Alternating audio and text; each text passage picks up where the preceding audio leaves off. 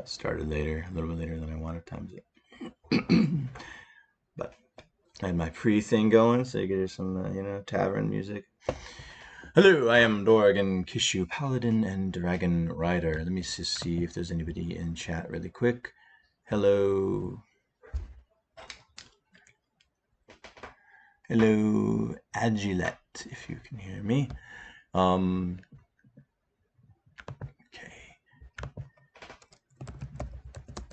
All right. All right. So this is I'm going to be uploading this to my YouTube. Anybody that's not watching it today, can watch the whole thing then.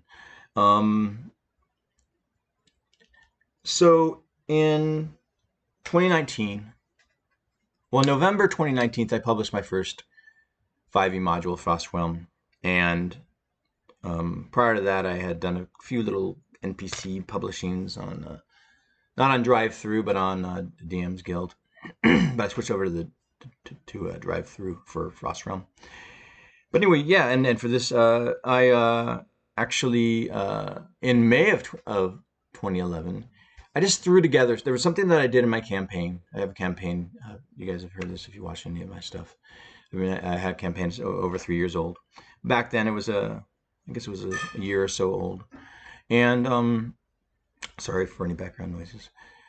Yeah. So anyway, sometimes between like major parts of the campaign, like I've said this before, my Kate's party. Kate, it's a one-person campaign, and she's not much of a treasure hunter. She's a treasure seeker. She's more politically involved. Her group does make money. I run NPC members of her group. They do make money, but not a lot of times from treasure necessarily, although sometimes. So, but anyway, sometimes they'll go off. I have a material realm, and then I use a second material realm, which is Faerun. And sometimes they will go off to Waterdeep to go shopping or to whatever. A wizard that one of their allies owns a tower there and different things.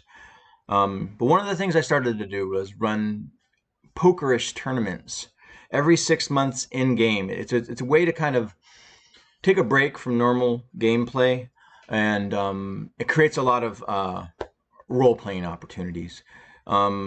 And I'm not sure how much I should talk about it, or if I should just get rid of it. I think I'm just going to get into reading this. But this is free for anybody that wants it. They can you can leave a reply on. You can either contact me on my Twitter, which is on this site, the link, and or you can once it's on YouTube, and if you see this on YouTube, you can also contact me. Either reply under the post or to my Twitter, and I'll get you a free copy of this PDF. So this isn't like, hours and hundreds of hours of designing. This isn't like the kind of thing I'm normally going to publish. But back in May, before I did my module, I just threw it all on here and published it. And it was just my way of sharing something that I did that I thought people might like to incorporate into their games. It's a good break from regular play. And I really like it. It creates a lot of role-play situations. It also creates interesting situations because quote-unquote good guys and bad guys can play at the table, but there's no magic allowed and there's no weapons allowed, and it creates situations where you can be sitting next to an enemy playing poker or pokerish. I'm going to read this. Here we go. Let's see. Make sure there isn't anybody else that's joined us in chat. Not yet.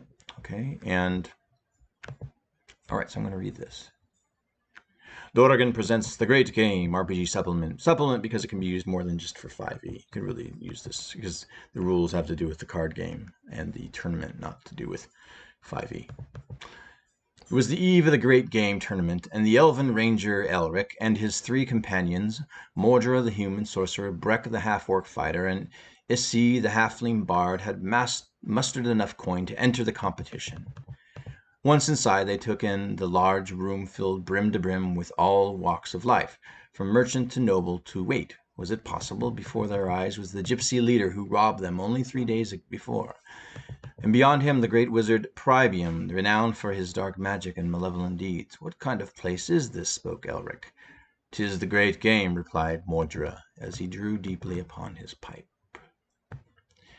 Background. I may repeat myself here, but because I wrote this a while ago. Background. Though I'm a homebrew creator and user, I began blending in an additional material Rhealm from the main 5e company last year, 6 months ago in game. Okay, so this is written in 2019. Should probably rewrite this. Anyway, my characters had their hands full with bringing peace to several continents in my material plane, and I wanted them to have a place to go to get away, enter shop. The concept I'm about to explain can, however, be placed anywhere you'd like, whether you play 5e or not. So yeah, basically what I just told you guys.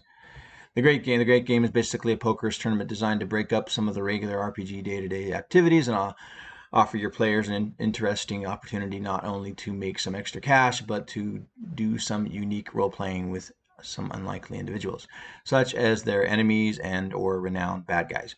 You see, the operators of the Great Game do so in a neutral, no weapons, magic, no weapons and no magic, not only not allowed, magic not possible facility.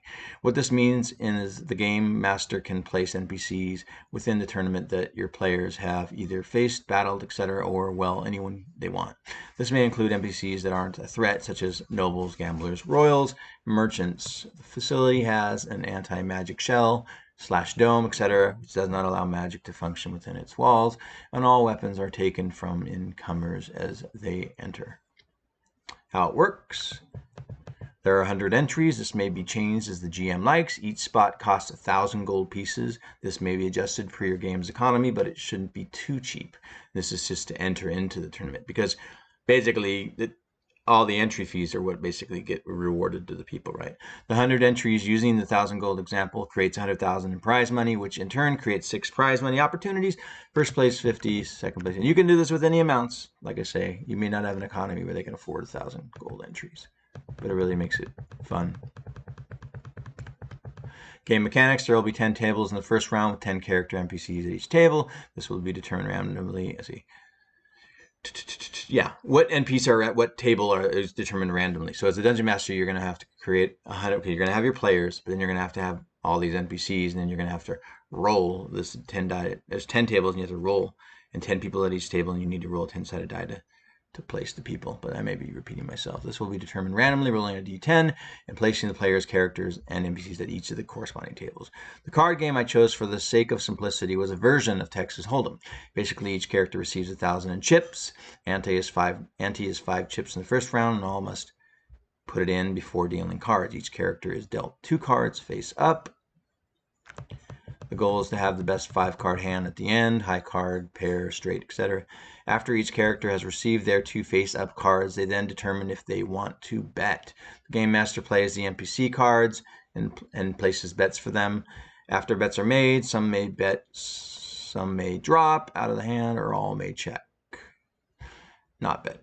All right, 3 faced-up kind of, yeah, if you know how to play certain kind of cards, again, it probably helps, but basically I'm hoping this helps. Shows people how to do it if in case they haven't played it. But like I said, this is also a mutated thing because the cards are face down. Normally I think people would hold their 2 cards, but for the sake of the way this works. All right, 3 faced up. Okay. After bets are made, some may bet, some may drop, or some may check, which means not bet. 3 faced up cards will be laid out in the middle of the table for all to use to form a hand. So you'll use those 3 in the middle with the 2 hands that you have that you were personally dealt, along with I'm repeating myself, it's already written here, along with their personal 2 face-up cards. Example, character 1 has 2 queens from their 2 cards, and in the middle another queen comes up. They now have 3 queens. At this point, the option to bet arises once more. Once again, some may bet, some may drop out, or all will check, not bet. Next, another 4th face-up card will be dealt into the middle of the table for all to apply to their hands. Final bets are made unless all check, don't bet. Based on the 5 best card hand, based on their 2 personal cards and 3 of the 4 on the table. Okay, it's probably easier just to read this than to listen to me talk about this. After final bets are made, the 5th and last card is dealt, face up in the middle of the table. Each player and NPC then must determine what their best 5 cards using the 2 they were dealt, combined with 3 of the 5 that were dealt. Okay, so there won't be any more bets at that point. At that point, the 7th card, whoever has the best wins the pot. This goes on for 30 hands or 20 hands, game master's discretion. So you can do 30 hands of this, or 30 or 20 hands for the round of the tournament. 30 hands or 20, game master's discretion. And the top 6 characters, meaning the 6 that have the most amount of chips or are still left in the game at this point, from each table go forward to the second round tournament. Yeah, so anyway. Okay, role play. Like I said, if you get this is free. So if you get this from me, you can just read this. And like I said, it might be a little clearer than me reading it and talking about it. So I haven't done this before, so bear with me. Let me just peek to see if we have anybody else that joined us in chat. Sarah, if you can hear me, hello. If you have any questions, let me know. All right. Let's see. So role play. This setting offers an opportunity for both the game master and players to do some role play during hands. Ask the bad guy who kidnapped your sister 3 months back why'd they do it or whatever. But no attacking one another, causing damage, etc. Or that character's player NPC will be warned and or thrown out of the tournament. So like I said, the facility has a dome that doesn't allow people to do magic. And then all the weapons are at the door or whatever. Round 2, okay, so if you've done the first round and you've picked 6 from each of the 10 tables and you're down to 60 people. It probably says that. All right, in round 2 of the tournament, there will be 60 characters left, including NPCs, 6 from each table in round 1. This will create 6 tables of 10 characters each. Yeah, so then you're doing 6 tables instead of 10 tables, but you still have 10 at each table. With a new ante of 50 chips as opposed to 5. 4 characters from each of these tables will move on to round 3. So now you'll do the same thing, 20 hands or 30 hands or whatever, and then the 4 characters with the most chips will then move on to round 3. Round 3, there will be 3 tables of 8 characters in round 3, with a new ante of 100 chips. Ante. For me, if you don't know cards, an ante is how much you just put money in before you even start betting. You put in like a pain to be in the hand kind of thing. And everybody has to do it from in these rules in this game, not like out there. There's different things out in the world. From each of these tables, 3 characters will move forward. Okay, so 3 tables, 8 characters each, and then now it'll be 3 people from each of those. The final table, there will be 9 finalists. The ante remains 100 chips, or maybe raised to 200. GM's discretion. Yeah, because there's I think how many prizes? I'm just going to look back at how many prizes there were. There's sixth place. So even if they don't, it's going to be a final table. That's right. Yeah, the top 6 out of the 9 at the table will get prize money. Okay. Not sure what I was thinking. Okay, environment. The environment of these tournaments is in the game master's hands. It may be as simple or elaborate as they wish to make it. If all the players' characters get knocked out of the tournament, it is up to the game master or players whether they want to watch the final table play. Yeah, because in some cases the players' characters will get knocked out of the tournament, and then it's just NPCs. So you can either finish, the DM can run that, and you guys can continue to watch it, and maybe role play around somewhere at the bar that's waiting or whatever, or you can just have the DM figure out DM who the top 6 winners were of the NPCs without actually finishing playing the tournament. Let's see, I'm probably going to repeat myself here because it's probably going to say the same thing right now. I'll just read this. If all the player characters get knocked out of the tournament, it is up to the game master or players whether they want to watch the final table play. Perhaps the players will simply want to blow out of there, hit a tavern, etc. Yeah, so they may just leave the tournament. You may not even know who the winner is. In conclusion, I run a one-person campaign, but operate 9 group members, NPCs. One of the group members, NPCs, came in 2nd place and so walked away with 25,000 gold in it. It was a blast. Yeah, I think he gave some money towards when they bought a castle. One of the NPCs. We're currently having a second, 6 months later, in-game time tournament, which I call the Tournament of Riches. Yeah, so I sometimes, in the in-game, I sometimes come up with different names. I think the Great Game might have been the name of the one tournament. 6 months later, it's another one called Tournament of Riches. You can name them whatever you want.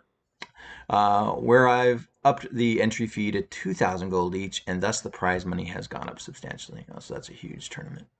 I hope this concept offers a bit of color and fun for your current campaign. So this is actually a pretty short document. I'm glad.